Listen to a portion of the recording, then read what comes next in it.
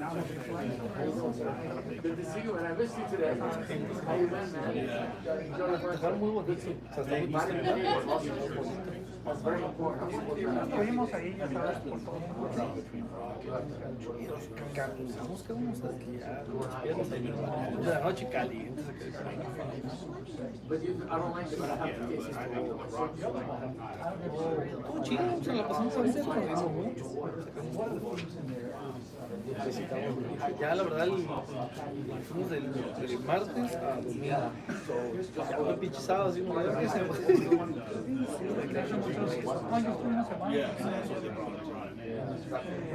Pero igual, íbamos y comíamos y agarramos. Y ya está.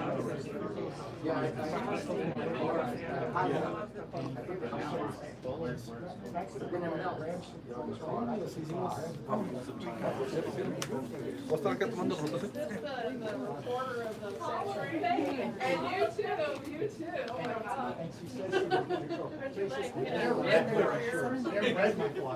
Good afternoon, General. Hey, I salute you. guys. Hey. Thank you, sir.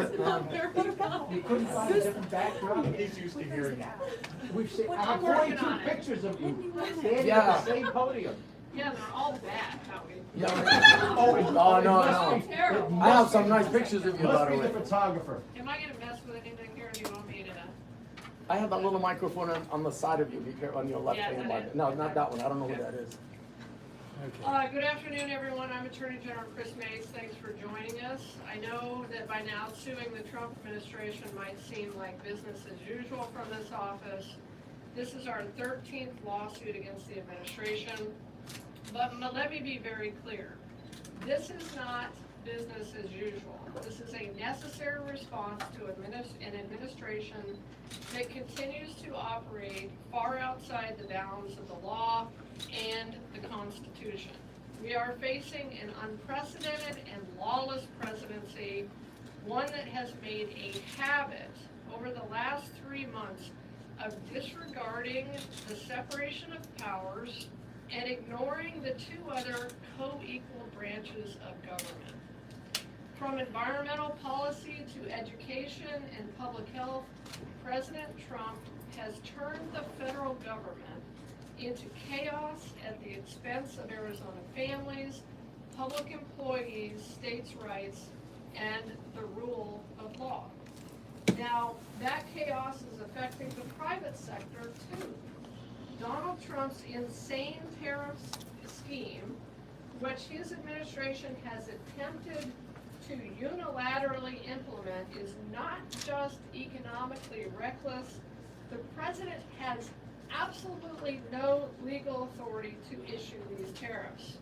The tariffs are illegal, and if allowed to stand, they will drastically increase prices for Arizonans in every single corner of our state.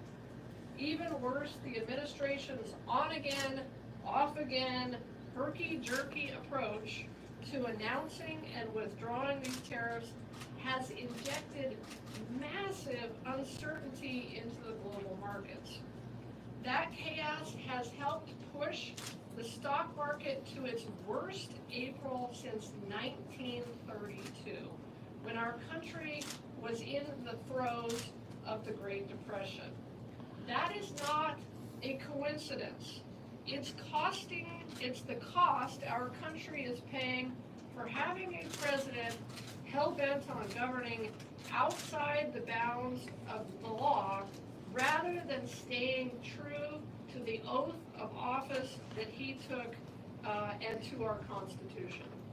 These tariffs will hurt Arizona industries, our trade relationships, and the global economic stability that Arizonans rely on.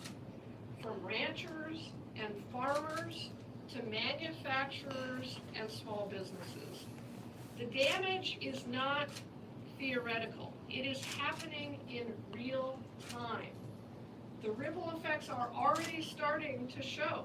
Prices are going up, markets are reacting, international partners are pulling back. The Port of Los Angeles has seen a steep drop in freight traffic as companies begin to halt shipments from overseas. Tourism is dropping. The Greater Phoenix Chamber noted that Canadian tourists provide about $1.4 billion each year to our state's economy. Arizona cannot afford this Trump tax increase. And make no mistake, no matter what Orwellian doublespeak the White House uses, tariffs are taxes. As Arizona Chamber of Commerce CEO Danny Seiden recently said, and I quote, "It's going to cost them more to make things in Arizona, and that price gets passed down to the consumer." Arizona's copper industry, a cornerstone of our state's economy, is also sounding the alarm. Freeport-McMoran CEO Kathleen Quirk warned about the trade war that could come from these tariffs, and that will cause people to not invest, to not buy, and to change their patterns and affect demand. And tariffs are harming Arizona state government too. The Arizona Department of Transportation has a long list of procurement contracts for the purchase of equipment, supplies, and parts that are already being impacted. Many of these items are imported from other countries or have components that are. And these illegal tariffs have already been cited by contractors as a reason for the price increases. So our roads and highways are getting more expensive to build and maintain. Arizona's universities are also being directly hurt by these tariffs. Arizona State University, our state's largest public university and the biggest in the country, does import research that relies on specialized equipment it cannot get from U.S. suppliers. One example is a program called Shield USA, which is focused on boosting America's ability to make advanced microchips here at home.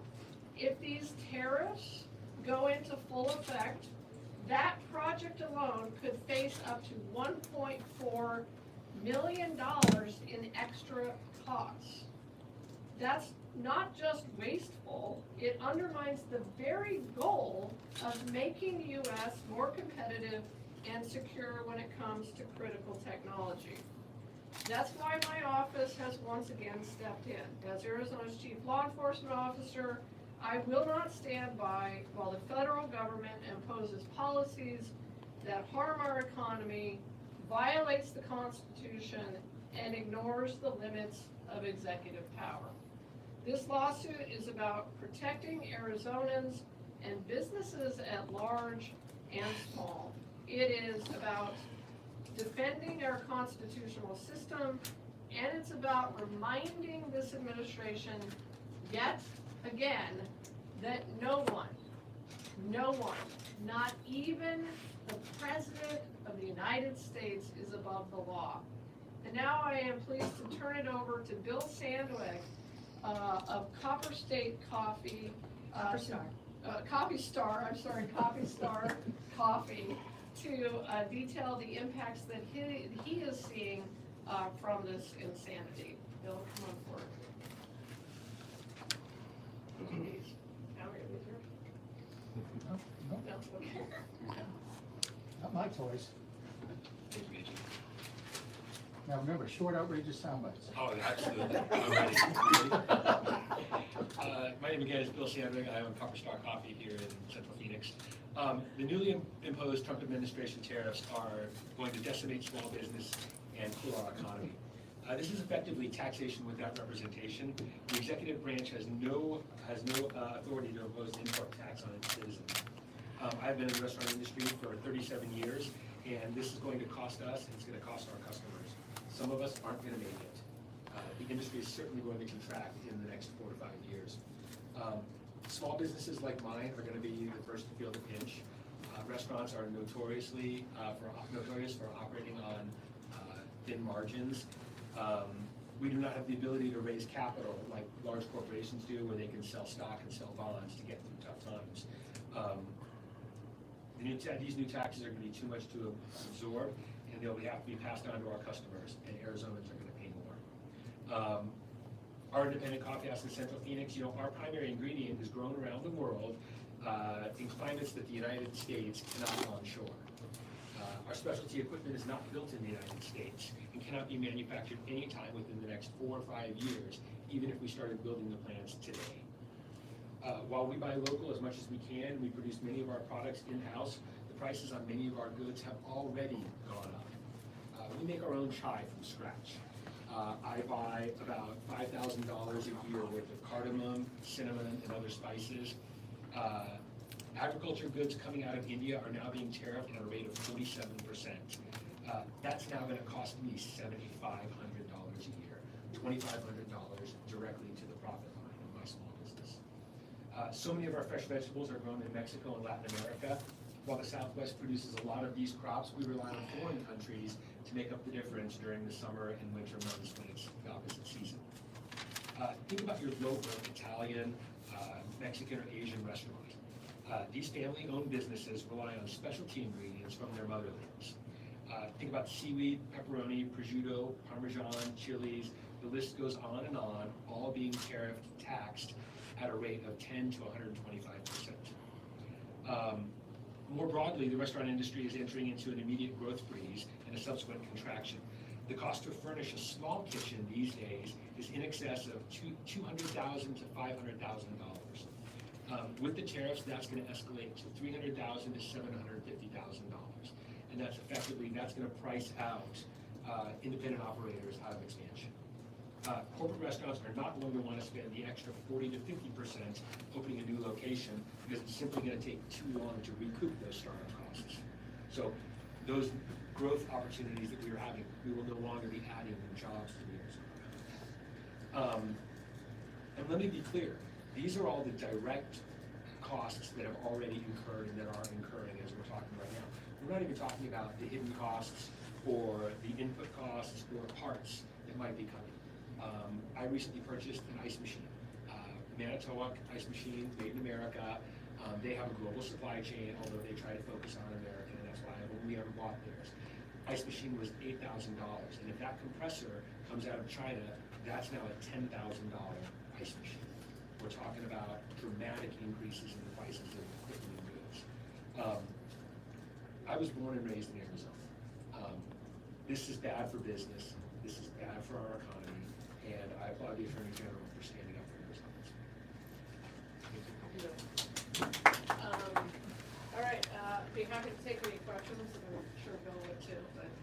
Bill will take questions after one-on-one. Oh, I'm sorry.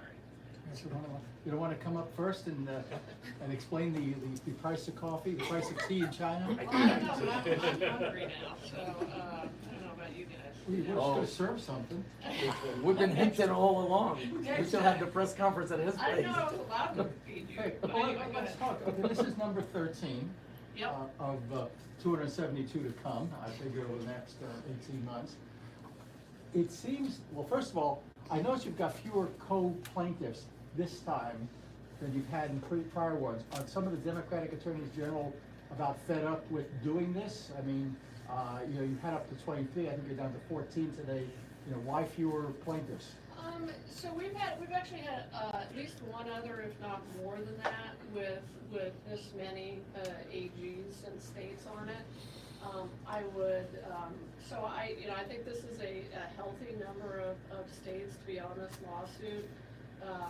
I would also add California filed its own lawsuit separately. So I think when you take a look at the population that is covered by this lawsuit and the prior California lawsuit, we're covering a significant number of Americans by filing a suit on these tariffs. A related question, and I know you were talking to the other Democratic AGs on a regular basis, I assume that's still happening. How do y'all decide who takes lead on these cases that are, regular? Multi-state. Yeah, I mean, it's a really good question. Some of it comes down to deciding that a particular area, particular issue affects us the most, or we have a lot of experience with that, or our state has a particularly harsh impact from the actions by the president.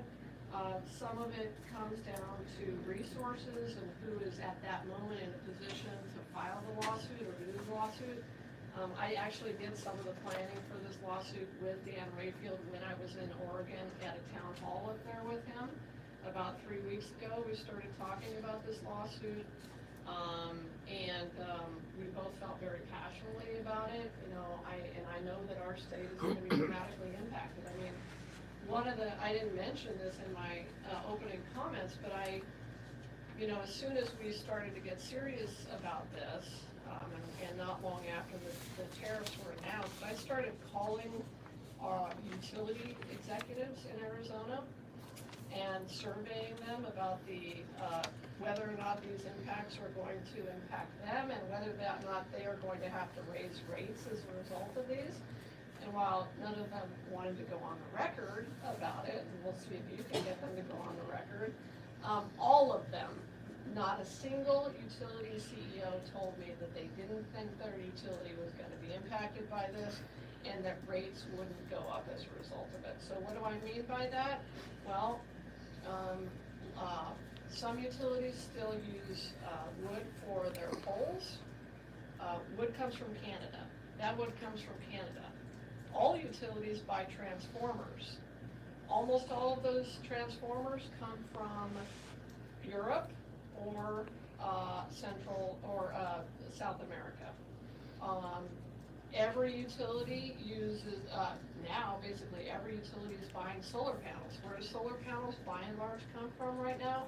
China, which has, I think, at last count, 143% tariff on it, which is really essentially an embargo.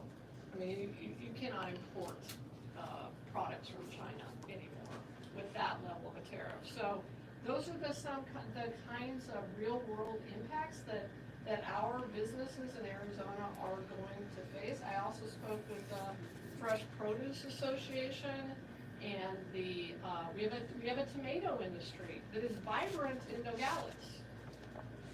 That industry is going to be deeply impacted by these tariffs, especially the Mexico tariffs, and the worldwide tariffs, all of which fall under the IEEPA.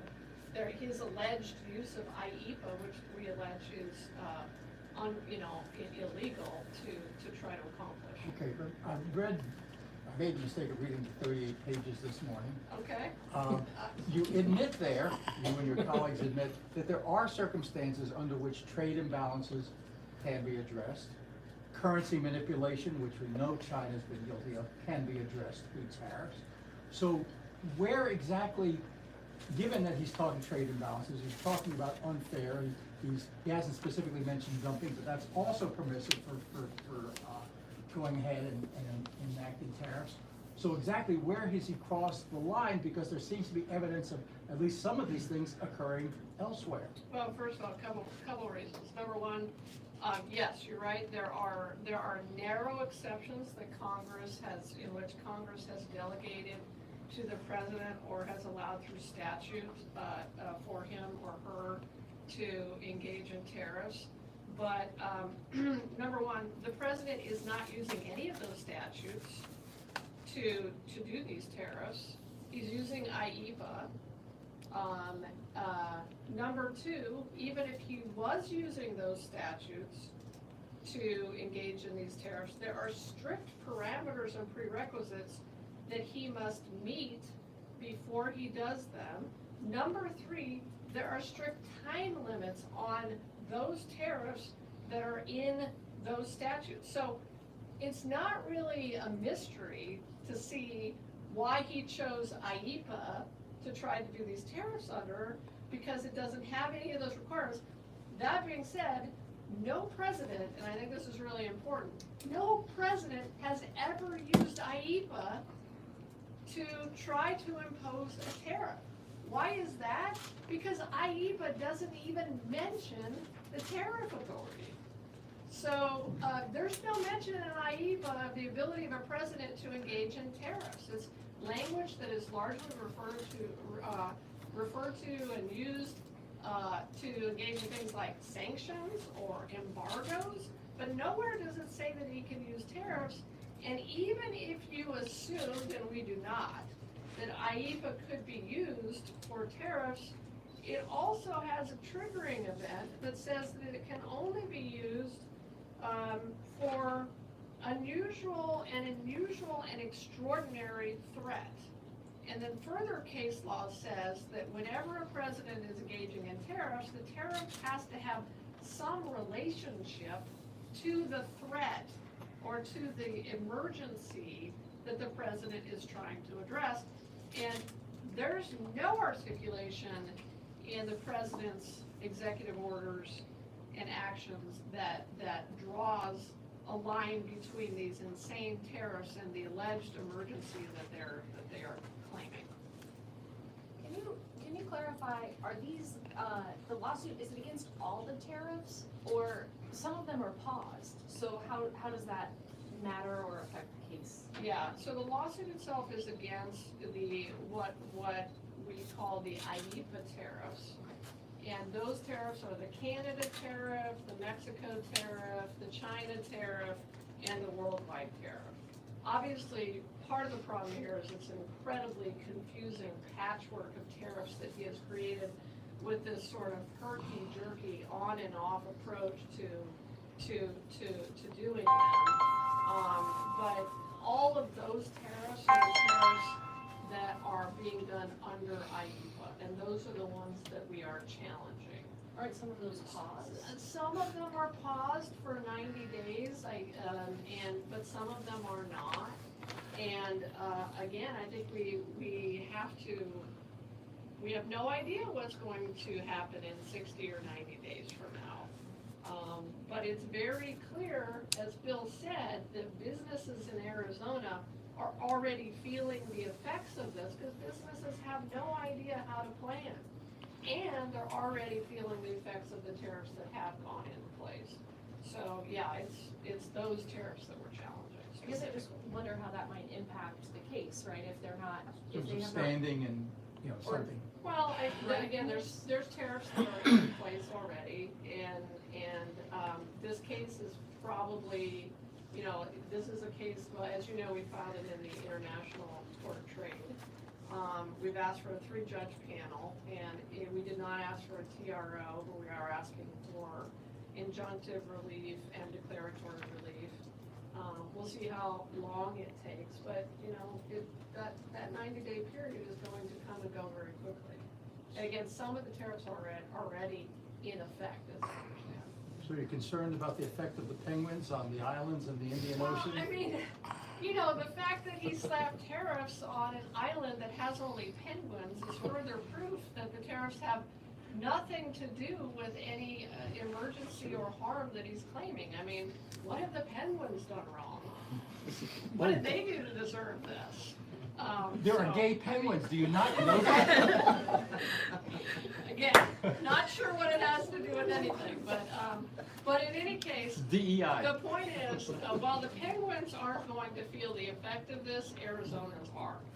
So, and that much is certain, it's my job to protect Arizonans. It's not my job to protect the penguins, but yes. 13 lawsuits. At this point, there has been any positive impact or any change? From the lawsuits? in Yeah, general? this is the number Yeah. 13, right? Yeah, So absolutely, from sure. the whole, Sure, lawsuits. and I think our track record is proof that we need to do these lawsuits. We have won temporary restraining orders in almost all of the cases that we filed, not all of them, but we have managed to stop the worst of the actions that Donald Trump has taken so far, at least where we could as AGs, where we had standing as a state. And I think that's really important, and it speaks to why we're doing this. I did not run for office to sue Donald Trump. It was not on my bucket list. but it is something that I feel strongly that we must do. And as the top law enforcement officer of the state of Arizona, it's my job to stand up for our Constitution, for the rule of law, and for the health and well-being of Arizonans. Okay, which gets to his question, which is, you're not seeking the TRO.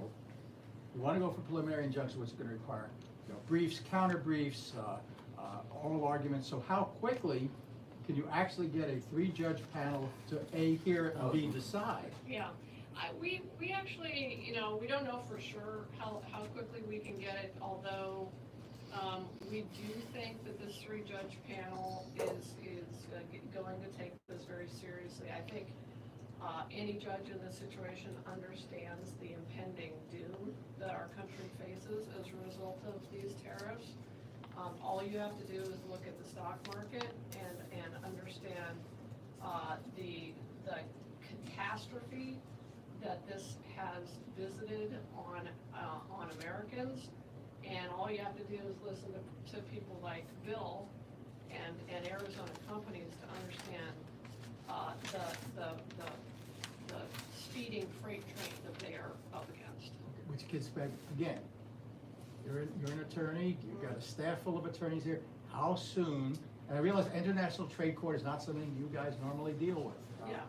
How soon could you actually get the international trade court to rule on a preliminary injunction? I mean, I think the short answer is I just don't know for sure. Josh, who's my Solicitor General, do you have any thoughts on that? Come on, Josh, here's your chance to make a prediction.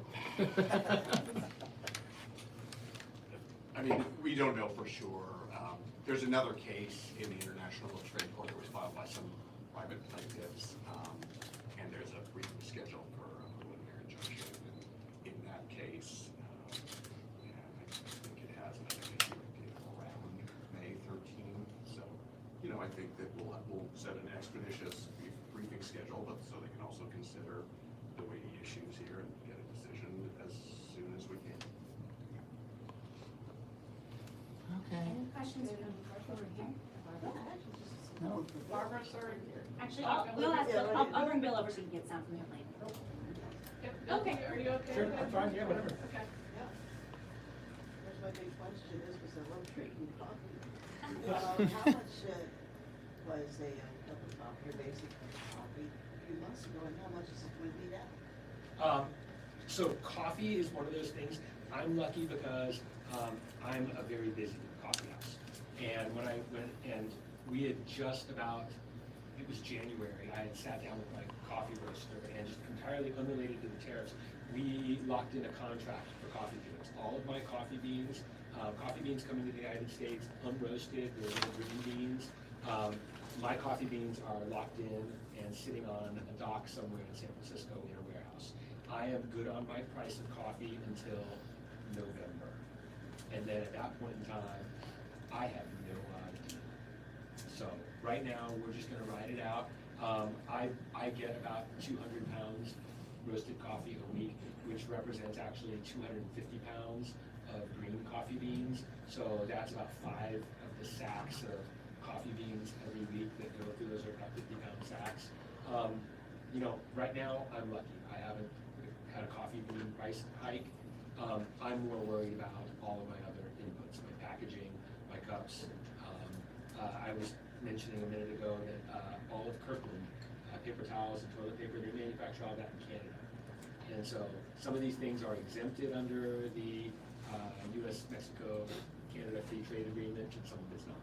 So coffee cup price, my cup of coffee, I think I'm $2.50 for a 12-ounce cup, at least until October. Nice face. Any Okay.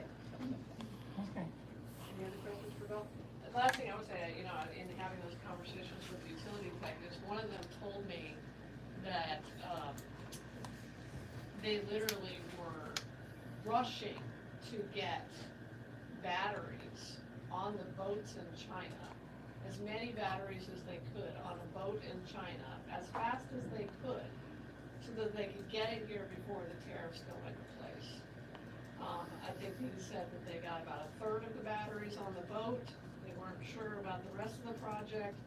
So you can imagine the two-thirds of that project that didn't get on the boat in time could be subject to huge price increases. And again, as you know, and this is the former corporation commissioner and me coming out, what that means is they will attempt to put it into rates. They will try to include it in a future rate increase. And I literally cannot remember a time in the history of Arizona, at least since I've been watching the Corporation Commission, that it has been asked to deal with a proposed rate increase that has to do with tariffs.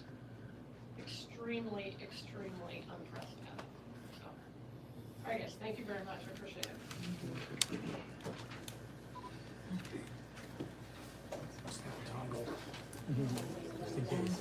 No problem, I'll say.